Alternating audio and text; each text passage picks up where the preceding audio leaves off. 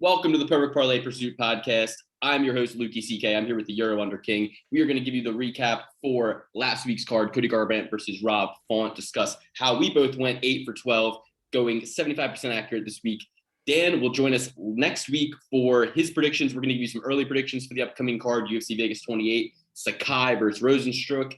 Now, these are going to be early predictions because obviously this upcoming Saturday, there's no fights. We're going to go through withdrawal. We're going to shake and bed like a couple of junkies. But we're going to give you our early picks. I think it's a pretty transparent card. I see some big value in underdogs. You're going to want to catch these lines early before they start to move in the coming weeks, but we're going to get on top of them early. But first, Alex, how are you doing on this fine Monday afternoon?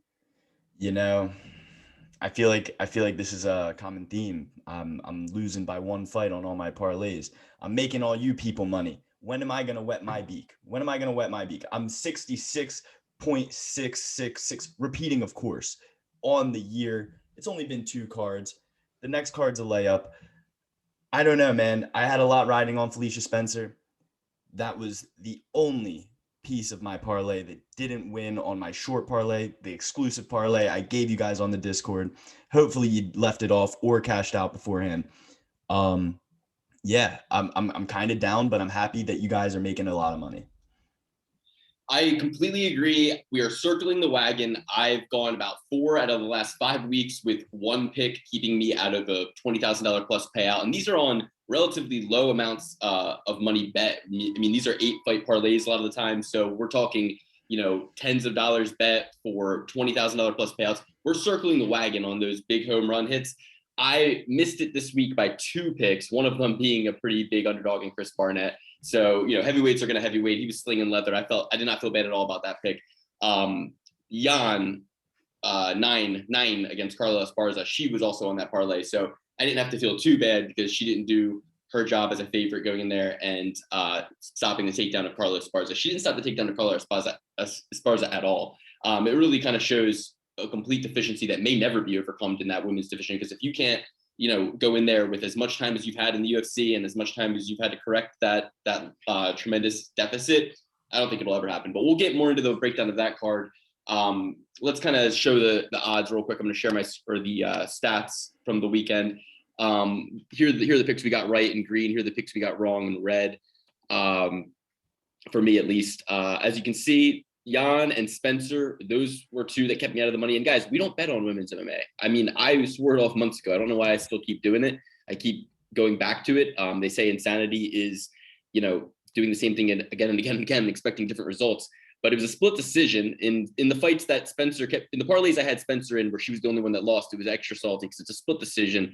But Tafa, I talked to Alex. Alex picked Vandera on this podcast, and then I watched the weigh-ins, and I called him up and I talked him out of it. For some odd reason, Tafa looked to be the superior athlete, and I just know these Polynesian fighters, man, you got to kill them to get them out of there. And Vandera did all but kill him. I mean, he wailed on him, and I knew Tafa was never going to go down. But damn, I mean, I didn't know that Vandera was going to put together that volume and be able to survive the shots Tafa was throwing at him. And then the Algeo fight, incredibly close. I had the fight for Algeo. I really thought he won that one. But ultimately, Jan was nowhere near close. This is going to be the big red one. She really, no matter what I want to say about, Spencer getting the split decision, no matter what I want to say about Algeo getting robbed, Jan was in all the parlays I had that lost, and she did not stand a chance. The good news for this podcast, the very good news, is that our perfect parlay picks went 7 out of 8. The only perfect parlay pick that lost was Spencer. I had them right here. I don't know what happened. They went away. Let me try to get them back for you real quick. But I believe our perfect parlay picks were we had Josh Cuablo, we had Bruno Silva McGee, we had Rothwell, we had Jack, we had Dvorak, we had Spencer, and Ismagulov. Those were our Triple P certified picks. So everybody backing Jack. Tough first round for him. You could have got him at underdog odds if you live bet that one. I've been talking too much. Alex, let's collaborate on this. Let's take a look at the results. We'll go fight by fight. Obviously disappointing to see Yancy Medeiros get pulled from the card, but the first fight we called that one as being more competitive than the line saw it, and we were definitely right about that. Alves came out strong in the beginning, was still there in the third. What'd you think about that fight? Man, Alves had me a little nervous at first. I had a solo bet on him just to hedge because the odds were outrageous. I just put $5 on him to win like 20 or 30 or something like that. Just to get a little something to play with later if everything fell out on the first fight. And I man, that first round, if he didn't go for that guillotine, man, he could have probably finished the fight right then and there. Finished Demir right then and there, because you see this with guys who haven't been in the cage for a while, they come in a little laxy daisy, they get caught with something early. And Rafael Alves did just that, caught him early, went for a guillotine, which is a move that he is very good at. That's how he got in the UFC on the Contender Series, finishing somebody with a guillotine. So you can't really fault him for doing it, but it led to his demise. He spent the whole round on his back, ended up losing the round where he knocked him down. So, you see this a lot with these Brazilian guys, these Brazilian jiu-jitsu guys. They're quick to go for submission over position, like Hicks and Gracie taught us. And it leads to them being in a guard or half guard for the entire round, where they're eating strikes and they're not really working for sweeps or getting up. They're trying to play jiu-jitsu on the bottom, which doesn't really bode well in the eyes of the judges or the spectator. Exactly. And Demir was minus 560, I think, at a certain point during the lead up to that fight. Alves obviously proved in the first couple seconds of that round that anything can happen. And I think it was a little bit of disrespect on Alves to put him that much of an underdog. But again, Demir didn't have me worried in that fight. Don't get me wrong. I wasn't like sitting there, clutching my ticket, sweating that one out. But I think Demir was in complete control. I just will say that you got to be careful with those ones long term, because you're not going to be profitable taking fights that are where the odds are that split, and these guys are competitive. I mean, it's the lightweight division, Yeah.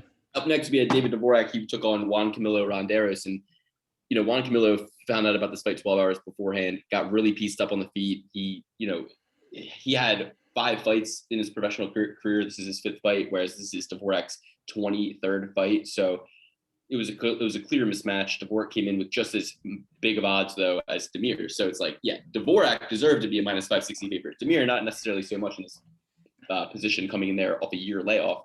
But Dvorak made it very easy for us. He got him out of there. It says submission, rear naked choke, but as Nate Diaz would say, that was a knockout. Yeah. This was a fight that I had the utmost confidence in, even before Javian. Julian Paiva, right? Yeah. Even before he dropped out, I had the utmost confidence in David Dvorak, and I would have loved to have him at those odds, that even money. But my friend actually hit me up before the fights this evening and was like, "What is the biggest lock on the card, odds aside?" He asked about Demir. I said, "Nah, not enough film on him in the last 3 years." I said, "David Dvorak for sure." He was like, "All right, word. I'm putting in a parlay with the Sixers advancing to the next round and the Nets advancing to the next round. All of them have like crazy odds, but it's free money. And that man is going to be a few shillings richer in a couple weeks when the Sixers and the Nets both advance."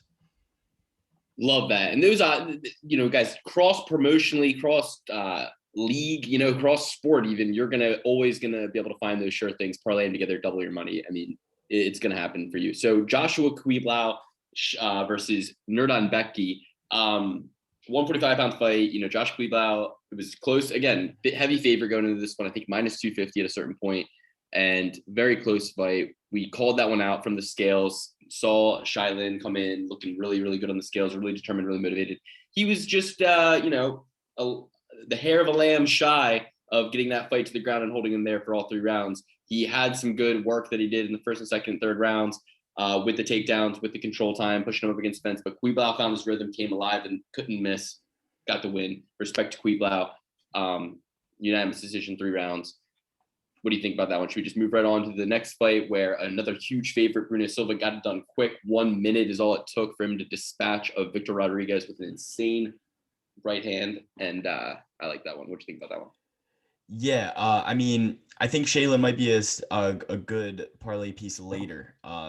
This might not have been the right matchup for him, but he didn't. It's not like he got outclassed completely. He looked good. I'm looking forward to his next fight, and good to see Joshua back on track. Bruno Silva, that was a beautiful one. After going 3-0 first couple fights, My girlfriend looks at me, says, "Who do you have on this one?" I said, "This one's an easy one. This is the easiest one on the night. Bruno Silva gets it done really quick." These guys from Alaska, man, although Jared Cannonier is the man, a lot of these guys in Alaska, they're not getting proper fights in Alaska, and they're getting good records and then coming to the UFC and getting bashed. I'm fading Alaska. Alaska shouldn't even be a state. Go back to Canada. We need to do Alaska versus China, man. Alaska versus the China PI, and just have them all fight it out to see who deserves to be in the UFC, because we don't need to waste time with both of those leagues, I think, at this point. But I do agree with you what you said about Shiloh. I think coming off this loss, we're gonna have some great odds in his next fight, and I think he's gonna have a lot to prove, and he'll probably get the win in his next fight. So keep an eye out for that pick in the future. Court McGee made it look easy. Had me a little worried at times, ate a few good shots, but made it look easy, came in great shape, called that one from a mile away from the scales, knew that he was going to come in and perform. And a lot of the commentary team were reiterating some of our points where we said to you guys that he's just a specialist in that he's good everywhere, right? Like he's a specialist at being a jack of all trades, in that Court McGee is just like kind of Kraus, where yes, Claudio Silva, if this were Abu Dhabi, maybe Claudio Silva beats Court McGee if it's in the gi and IBJJF rules, whatever. But when it comes to being a specialist in jiu-jitsu and not having cardio and being against a guy who knows something about jiu-jitsu and has such a superior cardio game, like Court McGee, guy who's going to be in there, the crusher for 3 rounds with you all day long, does not care, will go to the bitter end if he has to. I really liked Court McGee in the spot. Glad we took him. Interested in Court McGee's future matchups. I hope he can continue to fight people his own age and just keep Court McGee in there as like kind of that gatekeeper. What do you think about that fight? Man, Court McGee is a grinder. And if you thought he was going to lose 4 fights in a row, especially to somebody who's older than him, no shot. He has way more experience. And what do we always say? Although he's not young, he's younger and more weathered. He's a better veteran. He's gone through more fights. He's seen more time in the octagon. You got to go with that. Court McGee gets it done. Beautiful. I hope he's still in the UFC after this. I don't know. They've been making a lot of cuts. I'd like to see him fight again with another guy along these lines, like an older guy that's kind of, you know, I don't want to see him get in there with like a Ponzinibbio or something. I want to see him fight like guys around his age, around his athleticism, things of that nature. But great fight for Court McGee.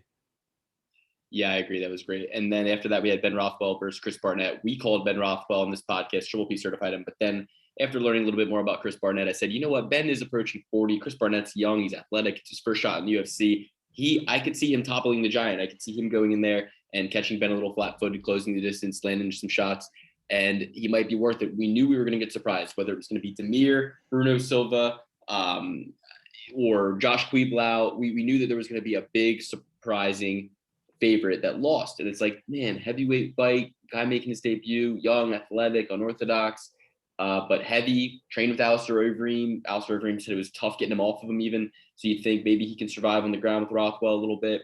But ultimately, Chris Barnett lost, got submitted 10-1 Ben Rothwell by submission. That fight went. And if you watch the Dogger Pass podcast, Paul Shaughnessy called that out as a potential occurrence, because obviously, you know, gassing out as a heavyweight, sometimes you just say, again, that was another example. That was kind of a knockout. You know what I mean? Like he kind of went into that choke a little bit, tapped out really because he didn't want to get his ass beat by Ben. He knew he was gassed, had nothing left to give. 10-1 Ben Rothwell by submission. What do you think about that one? Much like Shylin, I'm excited to see Chris Barnett's next fight. I'm pretty sure he came into this one on short notice. Maybe that's why the gas tank was a little off. You know, it's hard to see bigger guys with good gas tanks regardless, like you said. But I don't know. He has great technique. Like those leg kicks. I was worried about those leg kicks. They were heavy and hard. And Ben Rothwell's a long guy. You know, you never know if those legs carrying all that weight are going to give out, especially getting slammed as hard as Chris Barnett was throwing him. I'm excited to see his next fight. I think he could be another in the same boat as Shylin, a stable parlay piece later if he gets the right rub. He gets a full camp. He gets his cardio right. His techniques were pretty good, pretty impressive. And I loved Ben Rothwell's interview. He's like, this was a must win. I mean, this one was super necessary. That was funny. So Ben Rothwell's the man. You know, sorry, Ben, I should have picked you. Would have been a lot richer.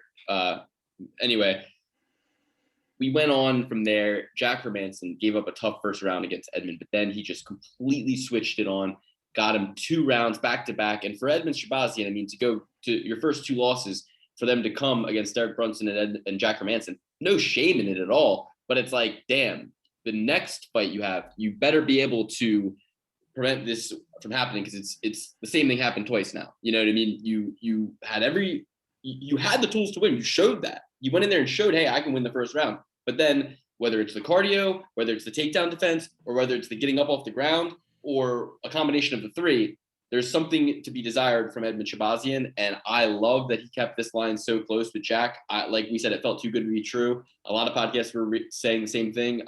We triple B certified Jack Hermanson, and I'm glad he made it exciting for us. But yeah, and much like we thought, Jack Hermanson gets it done, grinds him out. He's got double the fights, double the experience. He might be a little bit older, but Jack Hermanson is certainly not out of his athletic prime.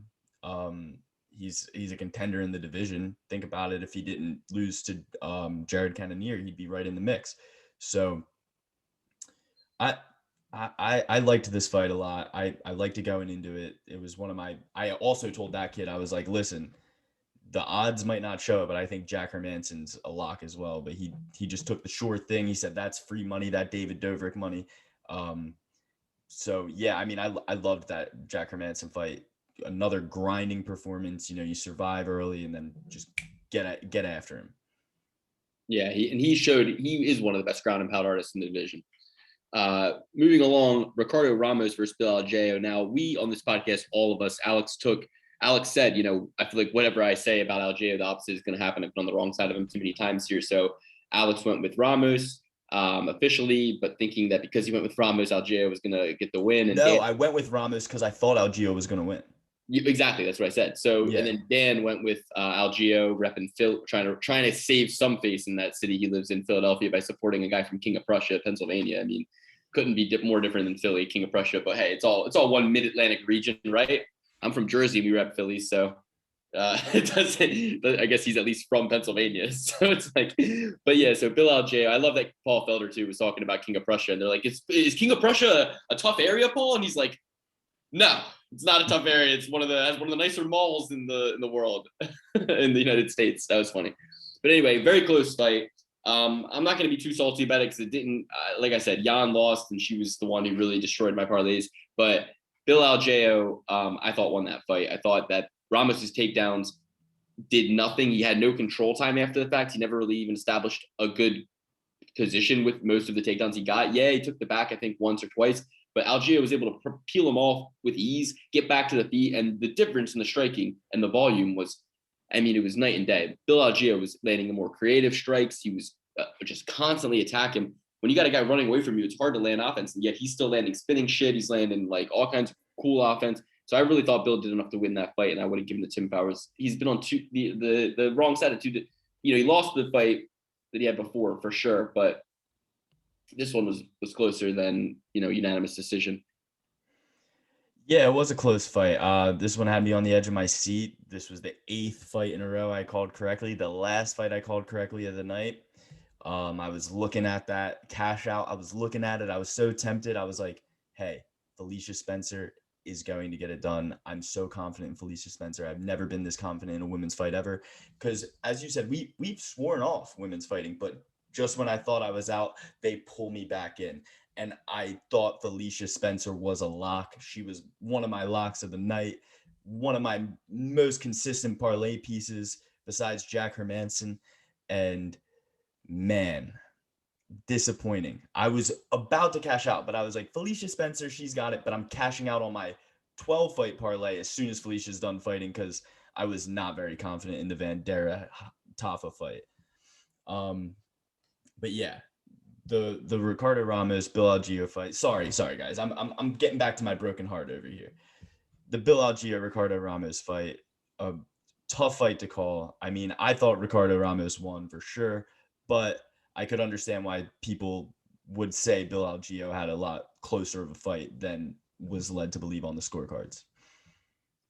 Yeah, and just to put a fine point on the Felicia Spencer loss, it's like she's a Canadian at the end of the day. She had the American flag wrapped around her. That tells you everything you need to know about Canadians. That's first of all. Second of all, it was a split decision, and Felicia's stance, this is what I figured out. Her stance is just not an athletic one. And when you got a girl like Norma Dumont from Brazil, athletic stance, moves like an MMA fighter should move against a girl like Felicia, who is, 145 pounds. She moves like she's fucking Ben Rothwell. She literally has the same stance as Ben Rothwell. And it's like, and not in a good way. And I'm not saying Ben has a bad stance. You guys get what I'm saying here. I mean, Ben represents two Felicia Spencers by the time he hits that cage, and he has more fluidity than her. So she proved in the third round that she could do the grappling thing. She won the last minute of the fight. Clearly, these ladies need to do that from the get-go, and that's the problem. It's like sometimes they just get sidetracked. I don't get it. But anyway, split decision. What are you gonna do? I wish DraftKings had split decision insurance on parlays. That would be really cool. That would be beautiful. The next one, man, I was sick to my stomach because Alex picked Jared Vanderaa. Me and Bittman both took Tafa. And I told Alex that Jared Vanderaa looked like the more inferior athlete when the weigh-in came. And I felt like Tafa was getting a serve-up job here after Vanderaa got knocked out in his last fight. But no, man, Jared Vanderaa took everything Tafa had to give, looked like a new man in there, and absolutely dominated. Destroyed him in terms of volume, took years off Tafa's life. Tafa should have went down, didn't. Of course he didn't. And Jared Vanderaa, had he had a baseball bat in there, I don't think he would have done better than a unanimous decision. I think it says more about Jared Vanderaa that he was able to survive 15 minutes with a guy like Tafa, who was dangerous till the very end. And ultimately, very impressive win from Jared Vanderaa. Yeah, for sure. And I mean, losing to the polar bear, the Moldovan bad boy, or actually he's Ukrainian. He fights out of Moldova. Sorry. Sergey Spivak, that's nothing to hang your hat on. That's a good fight. Like, that's a great fighter. I'm pretty sure one of Sergey's only losses in the UFC is Marcin Tybura, of course, another bad boy. But yeah, I look going into the fight, I thought that Vanderaa would win. I got talked out of it, but lucky for Luke and me, it didn't matter regardless, because Felicia Spencer already pooped my party. And, hate to lose on a split decision. I would have cashed out after that Felicia Spencer fight because I really had no idea what was going on with this one. I picked Vanderaa because he was a Contender Series product, and he showed a lot on the Contender Series. He's an old veteran and has a lot more experience than Tafa. That's why I went with him, but Luke convinced me out of it. Sometimes the superior athlete gets it done, as we've seen with Walt Harris a few times. So, yeah, I mean, luckily this was inconsequential for me. Regardless, I would have cashed out after Felicia won, and my 8 parlay would have hit. Yeah, at the end of the day, what I've learned is that the scale, it really only matters in these really extreme cases. And part of what after the weigh-in show is done is that I've I want to have something to talk about on these after the weigh-in shows, right? So I really look at the weigh-ins with a fine-tooth comb. I really go through it, and it's like, I need to be a little bit less critical about the weigh-ins because you got to think these guys got 24 hours to recover before the fight. Plenty of fucking time. And furthermore, the fight, okay, the one guy that missed weight, Juan Camilo, we knew he was going to lose anyway. So doesn't matter there. And then sometimes the chicks look really sucked down and thin and good and or even the guys, they look like the heavyweights. This fight, Tafa, he looked like the worst athlete once the fight came on because I think he kind of reinflated himself with a lot of food and shit. So I don't know, man. It's weird. The weigh-ins, I think I'm gonna have to kind of not trust my lying eyes a little bit more. Too close to the forest to see the tree sometimes. Yeah, because Rob Font looked like he was a weight class above Garbrandt in the fight, but on the weigh-ins, Garbrandt looked bigger. If you're not necessarily looking at the face-off, but just the weigh-ins. So I don't really know what to think sometimes, but. Yeah, and even Jan, she looked really a lot bigger than Esparza at the weigh-ins, but she got grounded and pounded into a crucifix choke round 2. Carla could do anything she wanted to that girl in there. It was pretty embarrassing for Team Alpha Male. Get her out of here. I tried to give China the benefit of the doubt. We've been fading China left, right, and center, being very disrespectful, but I was like, you know what? China is not going to go down easy, especially these Chinese ladies. They're going to come in there looking to avenge the fallen champ, Wei Li. And this one, I even got behind the nickname 9. I'm like, she's 9. 9 is divine. 9, the divine number. I love it. I love the number 9. Totally cool with the number 9. But hey, she got destroyed. And that's all we're going to have to say about that one. Because, like I said, Felicia lost to is inconsequential. Really, me and Alex went 8 out of 12 this week. It should be considered 8 out of 10. Because if you just take the women's fights off, the only ones we got wrong were the Tafa fight and the Aljeo fight, which was extremely close. They were both close. I mean, the Tafa fight, they're heavyweights, and this goes all the way to a decision. Tafa could have taken them out at any moment. And, you know, the Aljeo fight, you could argue that Bill Aljeo won that fight. So we were right in every other instance, and we were right in every other way, which brings us to the most important breakdown, the main event, Rob Font versus Cody Garbrandt. I told Alex, we had a whole debate after the weigh-in show. I told him, I said, Rob Font is going to stick him with the jab. But more importantly, what I said was that Mark Henry was going to have Cody Garbrandt go in there and try to wrestle. And what did Cody Garbrandt go in there and try to do? He tried to wrestle. Yes, he stuck to the striking a little bit at first, and it was only, I think, when he realized that he was getting pieced up a little bit that he really went to the wrestling. But by the time it really mattered, when the striking damage was too late in the later rounds of the fight, he didn't have the energy to wrestle again. And it's because of the insuccess in the first couple rounds where Rob was just like, oh, yeah, you're going to try to take me down. Fine. Lift me up, take me down, put me down, and then I'm going to get up. And it's like, that's kind of the strategy if you're a boxer or a good striker and you don't have that like Division I wrestling experience. Just let him take you down, but practice that getting up as soon as your butt hits the ground because it tires them the fuck out. They can only do that 2 or 3 or 4 times. Like, if you're Khabib, maybe you can do that a lot. If you're a fucking psycho like Khabib, but if you're from Dagestan, but everybody else, you're not gonna fucking be. I don't care. Cody Garbrandt said he was in the best shape of his fucking life, all this and that. But I told you he was on blood thinners, had a bad case of COVID, no excuses. He came to fight. He was tough as dog shit. You can't call him Cody No Chin anymore. Not that you ever did, but nobody can. He's got a chin. He took 1,000 of those jabs. Rob Font did to Cody what Max Holloway did to Calvin Kattar. Obviously, Rob didn't do as good of a job as Max Holloway because Max broke his own record that he set in the Brian Ortega fight on a great striker in Calvin Kattar in that 5-round fight.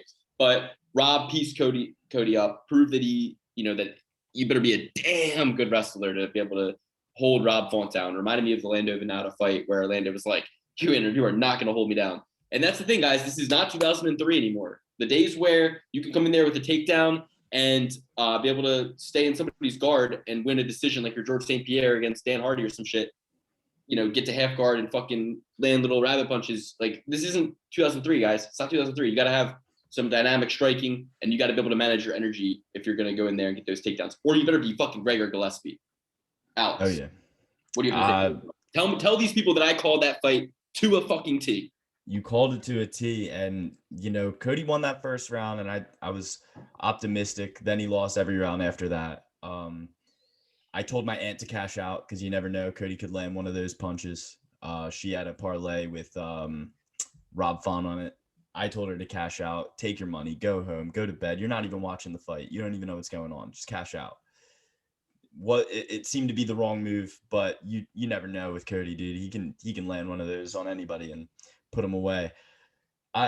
Tough fight to watch. I hate to say it, but I did bet on Cody again. I bet on him. I was like, I just lost 3 fights in a row. A dead clock's right twice a day. I'm not going to lose 4 in a row. Lost even more money. Sad night for me. Had to cry into my beer. Hey, it happens. But you stuck to your guns. I'm very proud of you for that because sometimes I've been in this situation where I've been like, I've been wrong so much on this card. I better bet on me being wrong from here on out. I tried to do that, and then that doesn't work either. So you got to stick to your guns, and that's what you did. That's what's most important. Overall, I'm happy with the performance. I mean, like I said, it should be 10 out of 12 if you take the 2 lady fights out. And if we had Yancey, it would have been 11 out of 13 because I think Yancey would have come in there as an underdog and got us another win too. But his opponent had to pull out, which tells you right there that's a forfeit. So I love Rob Font. I hope that he's still a pick him in his next main event. Keep doubting this man, and he will keep making me money. I love it. Next, we're going to give you guys our quick picks for UFC Vegas 28 Rozenstruik versus Sakai. Was Rozenstruik supposed to fight Cyril Gane? Or no, he's scheduled with Volkov. That's right. Oh, right. Okay. So, yeah, this is going to be an 11-bout card as of right now. We'll see if we get some more in. Let's take a quick look at it, guys. I think this is pretty transparent, and there's some lines you're not going to want to miss. You're going to want the opportunity to pick them early before they go away. So let's start at the very bottom here. The fight that happened, oh, wow, Maki Pitolo pulled out. Thank God, because that was a pick that I was really struggling with. Mackie Patillo was an underdog, and I wanted to take him so badly, but Dusko is really tough. So, that one's gone.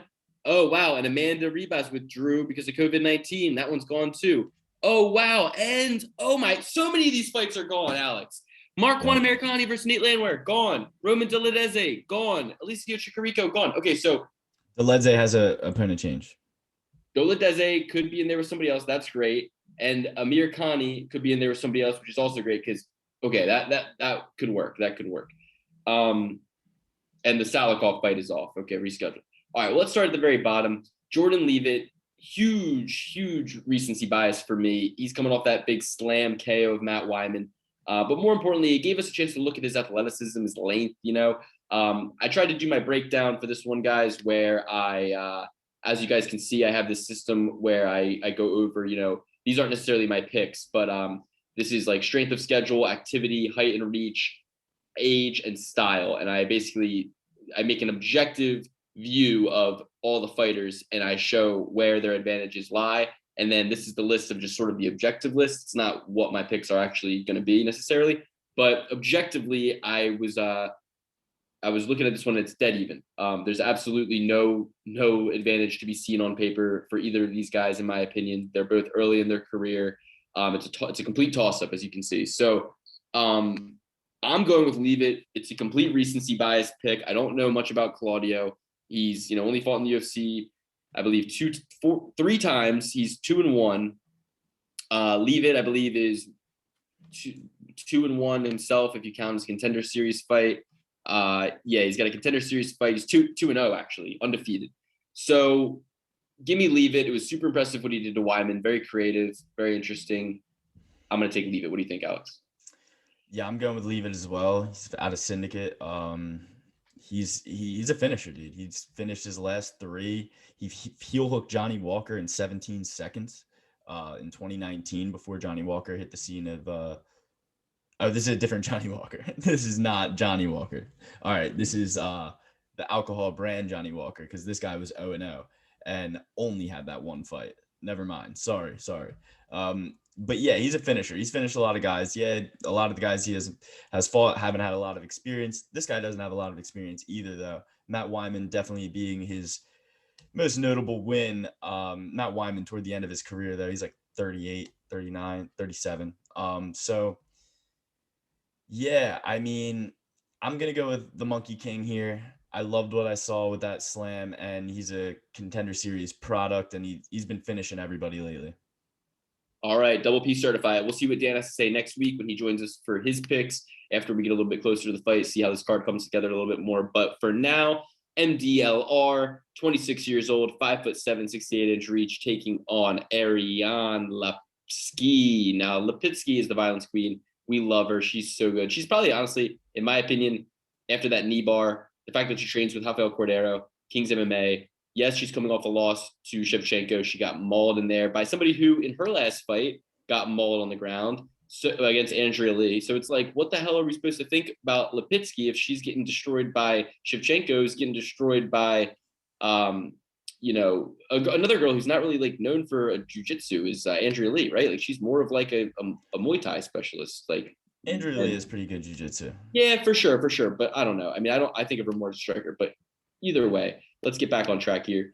If you look at my analysis, we give the strength of schedule, the activity, the height and reach, the age, all of it to Montana De La Rosa. And both of them are coming off losses, but Montana, her loss streak is a little bit more, it's a little bit more lengthy. Let's see. She's got 6 losses. They both have 6 losses, but Montana, she was a draw. That's right. Majority draw to Bueno Silva, lost to Araujo. Before that, she beat Mara Borella. Before that, lost to Andrea Lee. Now, Lipski is coming off that loss to Shevchenko, which is just such a mystery because before that, she knee bars this chick. And then, it's like her losses don't make sense to me. I feel like I would have picked her against Calderwood. I picked her against McCann. I would have picked her against Shevchenko. It's like, I feel like the Violence Queen is not living up to her moniker as the Queen of Violence. And MDLR has a lot to prove coming off that draw and before that a loss.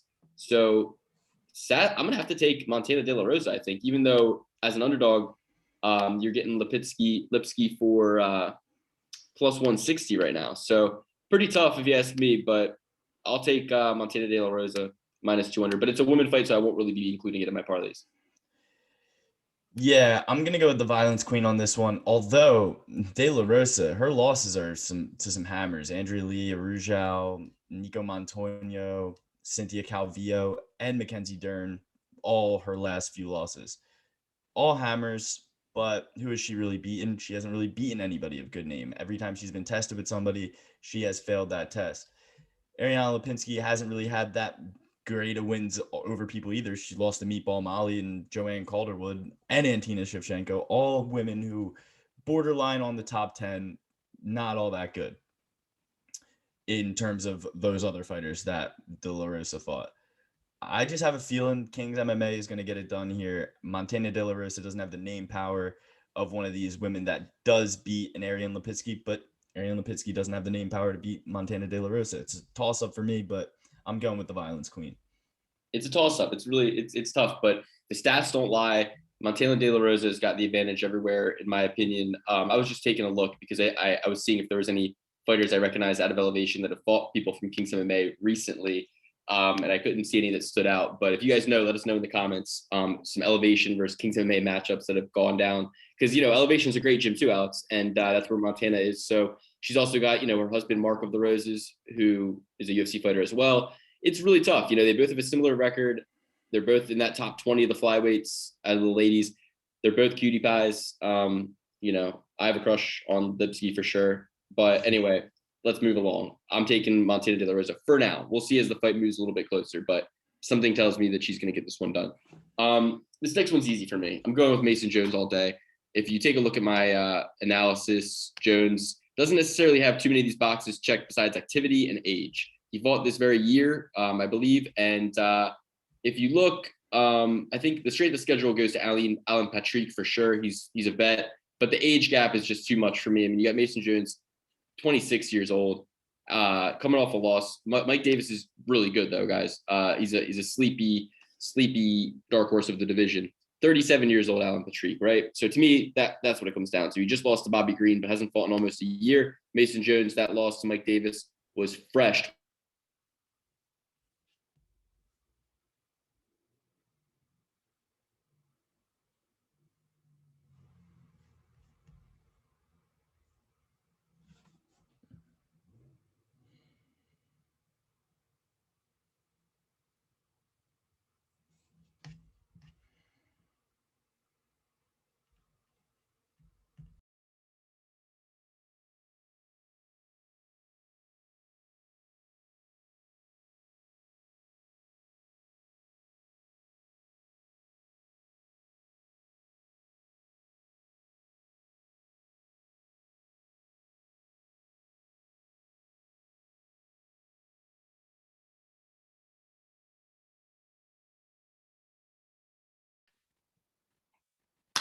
I don't know what happened. I think the internet just went out or something like that, but it says recording in progress. So hopefully we didn't lose any of that meeting. We'll see what happened though.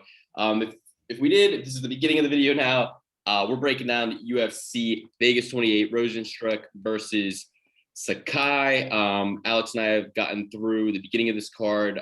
We'll see how this turns out. I think the internet just went out. Either way, we just finished breaking down Mason Jones versus Alan Patrick. I'm taking Mason Jones based on activity. He just fought earlier this year and age. He's a lot younger than Patrick, who's almost 40 years old. So, Alex, who do you got in this fight?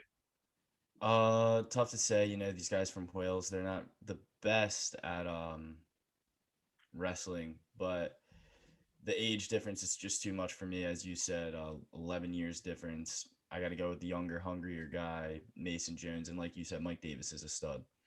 That'll be our second Triple B certified pick of the breakdown. We both took Leavitt, Jordan Leavitt fighting first at 155. Now, again, at 155, we're both taking Mason Jones based on age and, activity. But Patrick, vet, been in there a lot with guys. That being said, he's only got 18 fights himself. Mason Jones has 11. I mean, yeah, Patrick's been there with UFC caliber guys, been in more UFC fights, but I got to go with Mason Jones. Like I said, age, activity. So, Yusuf Zalal, Sean Woodson, that's the next fight.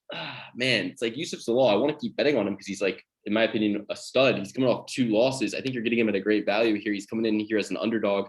When I look at my 5-star system, I give Zalal 4 stars. I say he's got a better strength of schedule. He's got way better activity. I mean, Zalal, if you look at his record, he fought 3 times in 2018, was scheduled a lot more. He fought 3 times in 2019, was scheduled a lot more. He fought 4 times in 2020, with the only loss being to Ilia Topuria. And he's already fought once this year back in February, unanimous decision loss. 2 hammers in his last fights. An unknown guy coming in on short notice in Ilia Topuria. He was supposed to have a walk in the park fight, ends up with this undefeated guy from Germany / Spain, Topuria, who's like now one of the most hot prospects in the UFC right now. And then he fights Wu Choi, again, tough fight, close fight, gets the win, decision, close fight. So I'm taking him against Woodson here. I got him 4 stars over Woodson for, activity, strength of schedule, age, and style. Woodson, the only advantage I'm giving in this fight is height and reach. And it really says less about him good than it does say that he's just a weight cutting coward. And if you watch this podcast, that my stance is weight cutting is for cowards. And Sean Woodson is possibly the most egregious weight cutting offender since Anthony Johnson, cutting all the way down to however many pounds he did to make 170. It's like Sean Woodson looks like somebody like made him in a lab to make this weight. Like there's not an ounce of body fat on this man. By the time he gets to the scale, he could not possibly weigh less. And if he could, maybe we need to open up another division for Sean Woodson. I don't know. Maybe we need to get him down a little bit lower, because this guy looks like he is sinking away. I mean, just to put into perspective, guys, he's 6'2". He's 6'2", 79-inch reach. Zalal is going to be 5'10", 75-inch reach. So it's actually not that egregious. Is he going up in weight for this fight, Alex? Is this not at featherweight, or is this fight at 155 now, or is it still at featherweight? Because the sniper Sean Woodson, he's big for the weight class. In his last weigh-in, he missed. He was 149, misses weight, and still gets choked out in the 3rd round by Arosa. So I think Zalal possibly can dominate him on the ground or on the feet. As an underdog, I'm taking Zalal all day. Yeah, I think Zalal has the more rounded out game here. He's more well-rounded for sure. He's going to go out there. We saw that a hole in Sean Woodson's game is his grappling with Julian Arosa. He was winning that fight and got choked out. Sean Woodson has a lot of great skills on the feet. He's a former boxer. I'm pretty sure why I think he got like in a car accident or something. That's why he stopped boxing, and I think that's why he might be so skinny. But if I don't know if what does that have to do with him being skinny? What he lost like a lot of weight. Like he was in a coma for like months and wasn't eating or something. Is that what you're trying to say? I think like something along those lines. Right. I'm not sure. I'm not trying to be a dick. I'm just saying that if you're cutting this much weight and your whole thing is that you're gonna like suck your body weight down so that you can fight smaller men. I mean, it's like kind of cowardly in my opinion. Just step in. What if somebody pulls you off your bar stool? You're gonna have time to pull out a scale and weigh them and be like, "How much do you weigh, bro?" It's like, hold on, I need 6 weeks to get my water out of my body and then like weigh in. It's like, no. Hey, and I agree. He still missed weight. So and then to miss weight, the car accident has nothing to do with missing weight and sucking yourself down to go to 145. It's a little crazy. It is. I'm going with Zalal here. His game is just way more well-rounded than Sean Woodson, who is mostly a striker. And he doesn't really have that crazy a knockout power. I mean, yeah, he knocked out Terrence McKinney with that flying knee on the Contender Series, but you hit anybody with a flying knee, they're gonna go down for the most part. His power in his hands is not very very strong. The bottom line is, folks, Zalal is sitting at plus 175. Zalal is the Moroccan devil. Zalal is sweet heat. Zalal is active. Zalal is precise. Zalal is not that size. He's long himself. He's tall himself for the weight class, but appropriately sized, appropriately tall, appropriately long, not some freak show like Sean Woodson, no offense. But the point is, Zalal is going to win, dude. 175, like, Jesus Christ, that's an amazing value for somebody as skilled as Zalal. I'm salivating to bet Zalal. I'm going to run to Hoboken to bet Zalal today so that I can beat you motherfuckers to the line. I hope that Woodson just people keep betting him, and I hope that the line grows and grows and gets even more extended. I want to get Zalal at plus 250. I hope Zalal comes out and says that he fucking had COVID and was in the hospital. I hope some lie comes out about Zalal's health being in question. Give me Zalal plus 175. Give me Zalal every day of his life from here on out. Those 2 losses he had were tough, but he's the type of guy probably comes back stronger from them. Alex, next fight. We got to be a little quicker through the rest of this card. it's supposed to be the early picks, but like me and Alex said, this card's pretty transparent for us, except for this next one. This one I have in my 3-color shading system: red, green, yellow. This is a yellow one for sure. This is a yellow one. I don't necessarily think that Tanner Boser versus Ayir Latifi is a fight that deserves your money in terms of betting, because these are 2 heavyweights. One's ranked 23, one's ranked 31. Ayir Latifi, 14-8 versus Tanner Boser, 19-7. Now Boser's had an incredible 2020. He came in, got 2 wins against Linz, a win against Pessoa, and then gets an opportunity against Arlovsky and blows it, right? So that was unanimous decision loss late 2020. He's taken on Latifi, who hasn't gotten a win since Ovin St. Preux back in 2018. Lost to Corey Anderson, lost to Ozdemir, lost to Lewis. But 3 title contenders, 3 good fighters, right? No shame in that. Still hasn't fought since that Derek Lewis fight very early 2020, not late 2020 like Boser. And Latifi's 37 years old. He's a hammer. He trains out of that All-Stars gym where Kamzat trains, where Alexander Gustafsson trains. I mean, Ayir Latifi is a beast. He's a great wrestler. He could pick this Canadian up and slam him on his fucking head. But something tells me Tanner Boser is going to win here. And when you check the odds, Boser is currently at minus 215. Yeah. I just don't know that I agree with him coming in as that much of a favorite, given that he just lost to an older guy in Andrei Arlovsky, who poses a less threatening stylistic matchup. I mean, Arlovsky's going to stand there and box with you the whole time. He could have got that win, I think, and he didn't get it. This guy Latifi's not going to stand there and box with you. He's going to push you against the fence, try to pick you up and slam you on your fucking head. And his last opponent was Derek Lewis, who's a lot harder to take down and keep down than Tanner Boser. So something tells me the value is in Latifi, but I'm tempted to bet on Tanner Boser getting on the right track here. What do you think? I think Ayir Latifi is going to win this one. I think that the line is way too large to bet on Tanner Boser, who just lost to another game veteran in Andrei Arlovsky, who's on farther into his career and has farther more damage done to him. Some would say easier to knock out than Ayir Latifi. And like you said, Ayir Latifi, his last 3 losses, we have Corey Anderson, Volkan Ozdemir, and Derek Lewis. Yeah, say what you want about Corey Anderson. I like him. I think he's a great fighter. I know all you guys aren't the biggest Corey Anderson fans out there, but I think he's a great fighter. So is Volkan Ozdemir. And that was when Volkan was in his prime. That was when Volkan was stiffing everybody in a round. No time, Volkan Ozdemir. And then we have Derek Lewis, like you said, hard to take down, hard to keep down. And that was his first fight at heavyweight. Now he might be feeling himself a little more. I don't like him at heavyweight. I'd much rather him be at light heavyweight. But I will take him here against Tanner Boser because of his last performance against Andrei Arlovsky, and that might be my demise.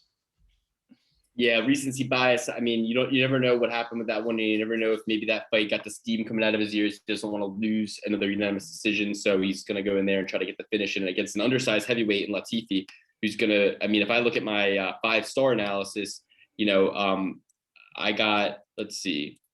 I got it down in my 5-star analysis as a toss-up because you got to give strength of schedule to Latifi. Even though Tanner Boser fought Cyril Gane, took him to the decision. You give activity to Boser, of course, especially due to the successes he had in 2020. Whereas, like I said, Latifi hasn't won since 2018. But then you give, you give Latifi a hunger star for that. But you give height and reach, of course, to Boser, age to Boser, style. I mean, I guess wrestling you can give to Latifi, but for the most part, it's a toss-up, but I think Boser gets 3 of the 5 criteria, so you got to kind of lean to Boser, especially with age being a huge one. But hey, we'll see what happens. We'll see how they look as the face-off happens and all that. You got to think a guy training at an All-Stars gym, though, coming off 3 losses, is going to need to do something.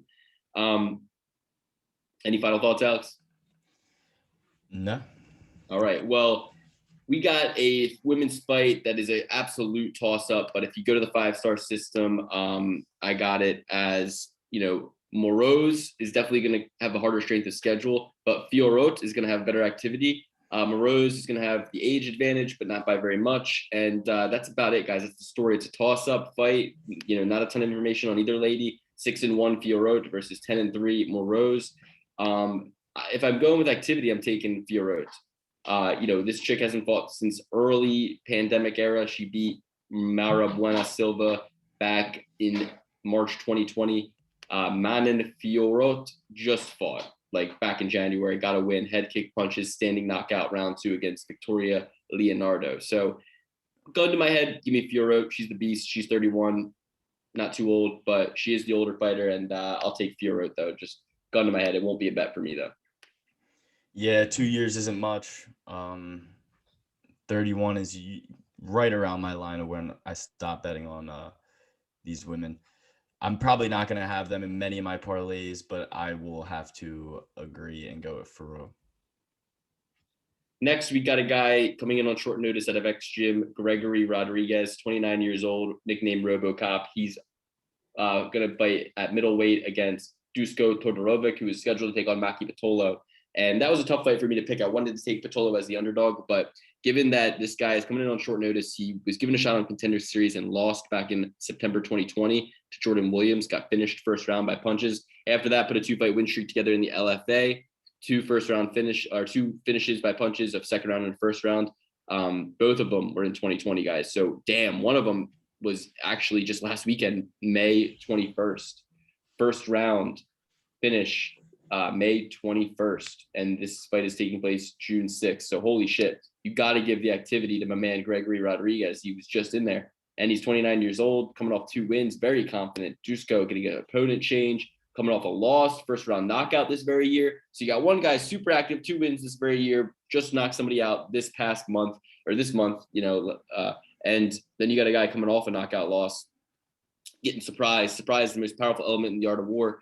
Give me Dusko's opponent, the underdog, stepping in, 29 years old, Rodriguez, short notice. I don't know what the odds are going to be yet, but I'm fading Dusko here. And it won't be on all my parlays, but I'll sprinkle him in, assuming he comes in as an underdog in at least 1 or 2, given that he's pretty active this year. Yeah, this is going to be my hedge-rooney for sure. I'm going to go with Rodriguez. I'm going to go with Rodriguez. I might have Dusko on a couple parlays, but Rodriguez is my official pick. Like you said, the activity's there. He just fought last weekend. He has to be in good shape. As long as he didn't party too much after that quick knockout, he should be coming in firing on all cylinders. Just had a great fight. And I probably would have taken Maki Pitolo in this one, honestly, because coconut bombs. We saw Dusko. His head movement isn't all that good. He leaves himself open to strikes, and his only notable win is Daquan Townsend, who has lost his last 4 fights. So, yeah, I'm going with the underdog here. Well, what we would assume is the underdog in RoboCop. And Josh Fremd, RoboCop's last opponent this month, that he knocked out in the first round, is a young guy, 7-1. So that's 7-1 going into that fight. So no, it's not like he has a padded record or anything like that. And before that, he fought Al Matavo, who you guys will remember was a UFC fighter, I believe. No, he wasn't. That's who he was. He got knocked out by Tafon Nchukwi. That's who I knew who he was. I saw him on the Contender Series. So it's not like he's not in the mix. All right. Let's blaze through the rest of this card. Roman Dolideze was supposed to take on Starpoli, but Roman Dolideze. Yeah, was supposed to take on DeChicarico, who I would have taken Dolideze upright, down, left, and sideways against DeChicarico. But now he's taking on Starpoli, and if you look, the odds in this fight, Roman is going to be they don't have him listed yet, but he was the underdog against DeChicarico, plus 100 underdog. I was excited to take him at plus 100 odds, pick him essentially, but yeah, plus 100. Would have loved to take him against Chicarico. I hope he comes in as a deeper underdog against Starpoli. I'll take him all day. I think the Georgian is going to win. What do you think, Alex? I always go with Georgia. My heart lies in Georgia. Roman Dolidze, one of my favorite up-and-coming fighters right now. He just had that loss to Trevin Giles, but I think he gets right back on track against Lawrence Strapoli, who is a striker, and he's coming in on short notice against an absolute hammer in Roman Dolidze. I think he gets right back on track and beats Strapoli. Pepe. All right, and then we have Bieza versus... Oh, and Tapology has it right now at minus 155 for Dolidze. Okay. All right. Hey, still good value there. But I liked him as an underdog. I was really thinking that him and Zalal were 2 barking dogs for sure. All right. So Ponzinibbio versus Bieza. Now, I got Bieza in terms of activity. I got Bieza in terms of height and reach, age, all that, right?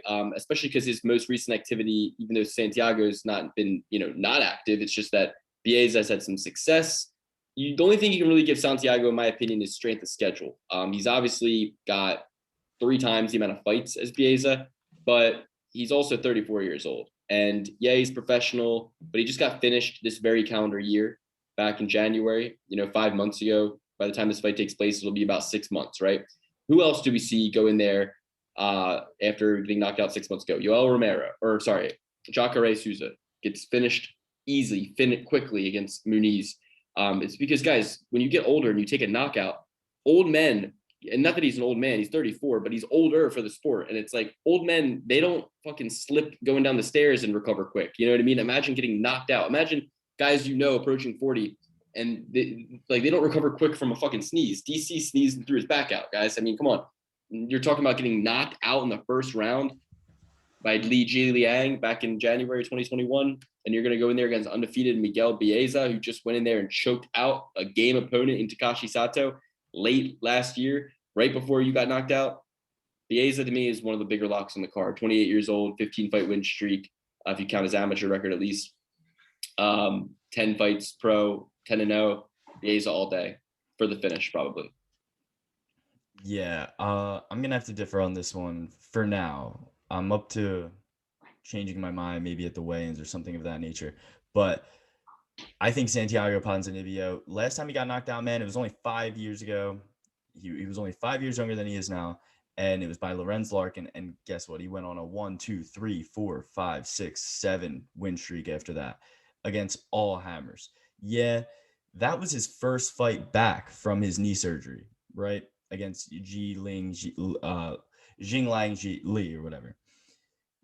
You got to think, just like Demir, he might have got rushed a little quick, put in there, and wasn't right yet. So I'm gonna go with Ponzinibbio here because Miguel Bieza, as phenomenal as he is and as great of a fighter as he is, and I think he's gonna have a great future in the sport, he struggled in that first round against Matt Brown. Struggled. And Santiago Ponzinibbio has a lot more of a dangerous game than Matt Brown at this point in Matt Brown's career. I think Ponzinibbio has a dog right here. It might not be the biggest dog odds, but they're pretty good odds. And I think that line's going to move more toward Bieza as it gets closer and closer. I'm going to go with Ponzinibbio for now, but I'm open to changing my mind. All right. Next, we got Tom Breeze, 12-3. 6'3", 73.5-inch reach advantage, and 29 years young.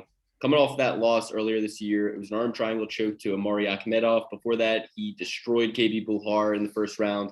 And before that, he went 1-1 in 2020, lost to Brendan Allen in the first round. So up and down a little bit from Breeze. He's been known as a bit of a head case, getting nervous before fights and having anxiety and stuff like that, I've heard.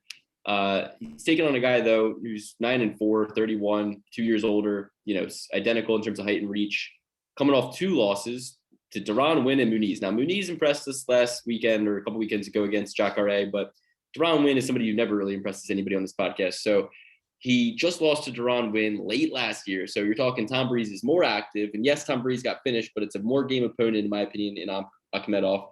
And, if Tom Breeze is inconsistent, well, he's just lost, so maybe he'll win this time. I don't know. This guy's got a contender series triangle choke, arm triangle choke, a couple contender series fights. Other than that, no UFC win yet. Eager to bet Tom Breeze here. Pretty confident Tom Breeze gets the win, but not going to include him on every single one of my parlays.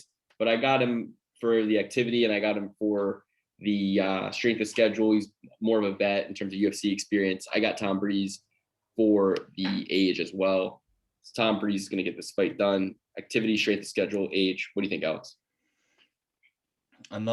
This one, at first, I thought Tom Breeze all the way. It was an easy pick. Now I'm having a little hesitation because you got to think styles make fights, and Darren Wynn is a absolute beast of a wrestler and can hold most people down for most of the fight. And that is what, although Darren Wynn leaves a lot to be desired, at the same time, he is a much better wrestler than Tom Breeze. And we just saw how great Andre Muniz is, who just broke Jacare's arm. Those are his last 2 losses. He's a Contender Series product. He's a little older, but man, this is a tough one. I think I'm going to go with Breeze, but this is another one that I might change my mind once I see him on the scales, because there's a hole in Tom Breeze's game, and it's definitely on the ground. I just don't know if this guy's going to be able to get him there. Yeah, I see your hesitation because Breeze, like I said, he shouldn't have lost his last fight. And there's a lot of fights on his record that he's got 3 losses. And when you look at his record, it's like a lot of canceled bouts, a lot of like inconsistency, right? So with Arroyo, he's got 4 losses. So they got relatively the same level of experience. But when you're talking about a unanimous decision loss to Andre Muniz being a justification to give this guy a look, to me, it's like, come on. He's less active. He's losing to worse opponents. And the way that he's losing too, it's like, he was on the ground against Ron Wynn. He's a jiu-jitsu guy. He couldn't do anything against Wynn on the ground. So it's like, what are you but it's just like all those other jiu-jitsu fighters who get taken down. He steps bottom position. Exactly. Bottom position. But Tom Breeze isn't going to take him down. But the fact is, he's not going to be able to strike with Tom Breeze either. So, fact. Yeah. 2 fights left to break down, guys. And this one, I see another hungry dog barking.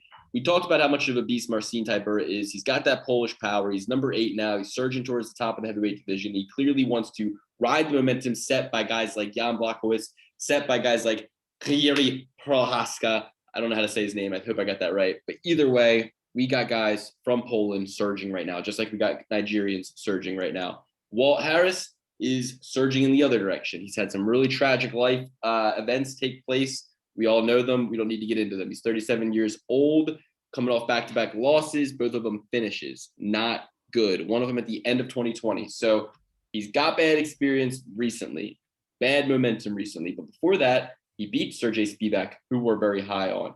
He beats Alexei Oleinik, who he is supposed to beat for sure. But hey, gets him out of there in 12 seconds with a flying knee and a left cross, right? So it's like, Walt Harris is a fucking powerhouse. He's an absolute stud. And Tybura, he's not that young either, man. He's 35 to his 37. He's on a 4-fight win streak in the heavyweight division. But as we know from that title changing hands so much, a win streak in the heavyweight division is hard to keep. So, he's got a loss to the guy in the main event in Sakai. Tybura has weighed in as low as 255 in his last weigh-in. He's 6'3", 78-inch reach. Walt Harris never really coming at, he's 255 in his last weigh-in, 81-inch reach, 6'5", 2 years the elder. But again, once you're at the 35-inch reach, unless you're 39, from I would say 35 to 37, it's the same. 38 to 39, it's another league. And then once you hit 40, it's bad news. Every year after 40, it's exponentially worse, right? So if you look at the strength of schedule, Walt Harris and Marcin Tybura have both fought the who's who of the division. They're both beasts. I see the value in the underdog here, Walt Harris. I just think that, you can only hold a guy like this down for so long. You can only keep him from winning for so long. He's coming off back-to-back losses, back-to-back finishes, has a lot to prove, gonna fight smarter, gonna fight hungrier, or he loses and gets booted from the UFC. It's one or the other, but hungry dogs run fast. And I'm not too confident on its heavyweight fight. I got it shaded in yellow here, guys. It's shaded in yellow, deep mustard yellow, but be cautious, but go with Walt. Yeah, I have an interesting play for this one. I think that you should bet Walt Harris to win by knockout. I think that's a good pick, but I think you should all in all go with Marcin Tybura, because if Walt Harris wins, it's only going to be by knockout. He's not lasting 3 rounds with Marcin Tybura mauling him, and I think that Tybura will maul him.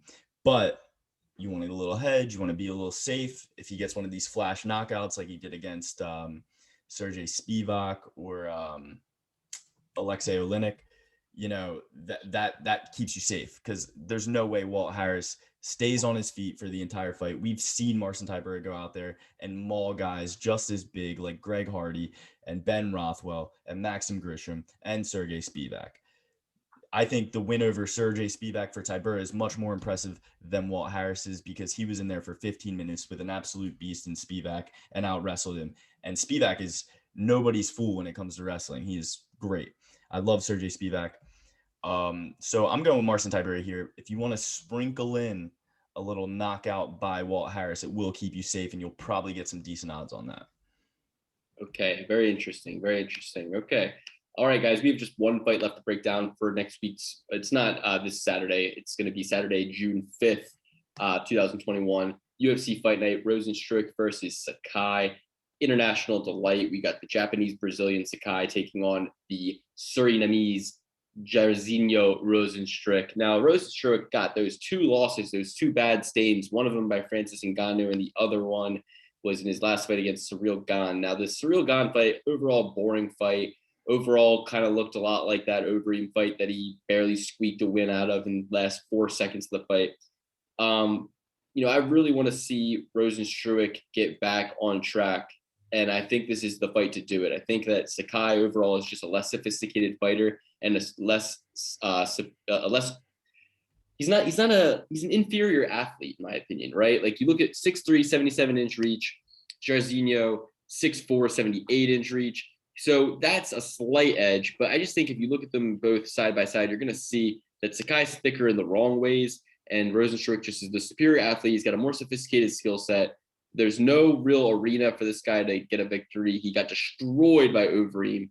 And I think Rozenstruik gets through this guy pretty easily. The odds as they sit now are pretty tasty. Last time I checked, Jairzinho minus 130. So I really like that. I'm as confident as I am betting him as I was betting Rob Font.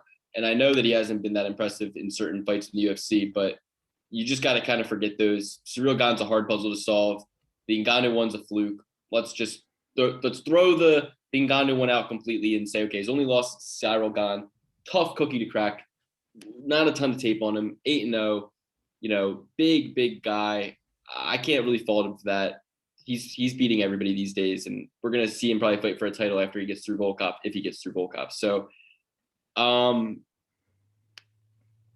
the only question is, does he get the finish, or is this a boring fight? That's the thing. I think this one could go to decision. If the underdog odds are leaning towards the over, take the fucking decision. I think Sakai is tough enough to hang in there with him and pose enough of a threat to keep Jairzinho from putting too much volume forth. But I think Jairzinho probably leads the dance, lands the strikes that matter, bloodies him up a little bit, and gets the decision win. What do you think, Alex? Yeah, I couldn't agree more. Sakai, he's more known as a striker, and he has a split decision. He has 2 split decision wins that stand out to me. Andrei Arlovski is obviously game, and I love Andrei Arlovski, one of my favorite fighters. But Rozenstruik is much more dangerous than Arlovski right now at this point in his career. And Blagoy Ivanov, he had a split decision against him, and I gave that to Ivanov because when he was taking him down, Sakai grabbed the fence. Sakai has a bit of a lackluster ground game. He's more of a striker, and he's going up against somebody who has way more striking experience in Rozenstruik, who I'm pretty sure has like 100 kickboxing fights or something of that nature. He is he's a beast, and he is on some hard times right now, but I think he gets right back on track with Sakai, and he might knock him out. I don't know if Sakai can stay in there for that long. Lovely. So on top of that, Rozenstruik has been training with one Nick Diaz. I saw that. I didn't know how I should take that, but I did see him in the gi on the ground. If Nick Diaz is training with both Rozenstruik and Tyson Fury, I want to see Nick Diaz make a run for coach of the year for heavyweights, heavyweight boxers, heavyweight MMA fighters. Let's get Nick Diaz a stable of heavyweights, and let's let the Nick Diaz army grow, just like we're playing Shadow of Mordor. We're growing our army. We're getting more generals out there. I like this a lot. So Nick Diaz, army all day, NDA. Let's take a look real quick at some of our double P certifications. As we said, when the fight card materializes a little bit more early next week, late this week, we'll get on here with Dan and we'll give you Dan's picks as well. But these are our double P certifications. Alex did not take Walt Harris. This is one I feel strongly about. This is a 5-pick parlay. We got heavy favorite Jordan Leavitt. We got Yusuf Zalal. We got Jairzinho Rozenstruik. We got Miguel Baeza, and we got Walt Harris. 40 gets you $1,000 return on your money. So that's lunch money to rent money territory right there. Some other picks I was really confident in: Boom, Roman, Makwan. I liked Bozer, but the more I look at this fight, the more I see it as a toss-up, and I don't really want anything to do with this heavyweight fight. I think Breeze got this, and I think Mason Jones definitely got this. And yeah, so that Divine 9 one right there, a nice little C note will pay you over $13,000 on that 9-fight parlay. So I like those 2. Alex, which ones do we agree on? We agree on Tom Breeze, Mason Jones, Faro, Manan. Latifi, we kind of agreed on a little bit there, but that's kind of a pick 'em. We'll just leave that off for Jordan now. Levitt, Roman, Makwan isn't fighting anymore, I don't think. At least they haven't found an opponent. Law, Rozenstruik. You Don't took have Ponzinibbio. yeah, don't have Walt Harris either. So these 7 we're solid on. Yeah, I believe so. Sweet. And a $50 bet on this pays you, $50.50 will pay you $2,000, over $2,000 if you bet $50.50 on these 7 picks. So let's all bring home some cheddar this week. Let's all have a fun time.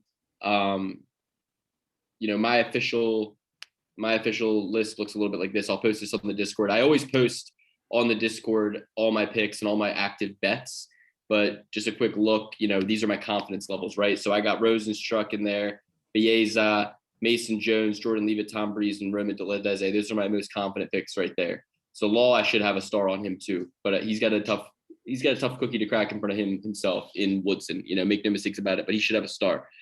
Patolo's off the card now. Lipitsky, I'm a little less confident with. It's a lady fight. Hebas is off the card now. I wasn't too confident with her either way. Fiorot, and not really too confident with her at all.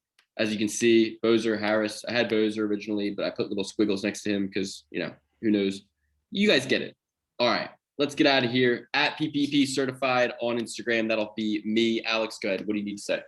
At Euro Under King, if you bet on the fights that I have out right now, the only ones that are on DraftKings, only 9 of them, tend to win $4,000. So just imagine when these other fights get on. I'm taking a lot of dogs this week. I think they're barking.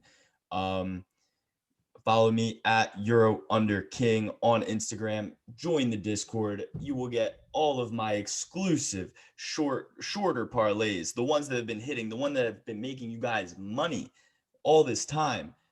And listen, if you want to send any my way, let me know. My Venmo at Babalukey. Let me wet my beak. But I love you guys. Can't wait for the fights. See you soon. Exactly. We'll check in with you guys a little bit later with Danny the Betman Bitman and give you our full rundown once this card fully comes together. Thank you for joining us for the early picks in the recap show. Enjoy the rest of your week, folks. Take care. Leave some picks for us in the comment section below if you can. Throw us a like and a subscribe. This channel is growing. We got some merch news coming for next week. But for now, take care and enjoy the rest of the week.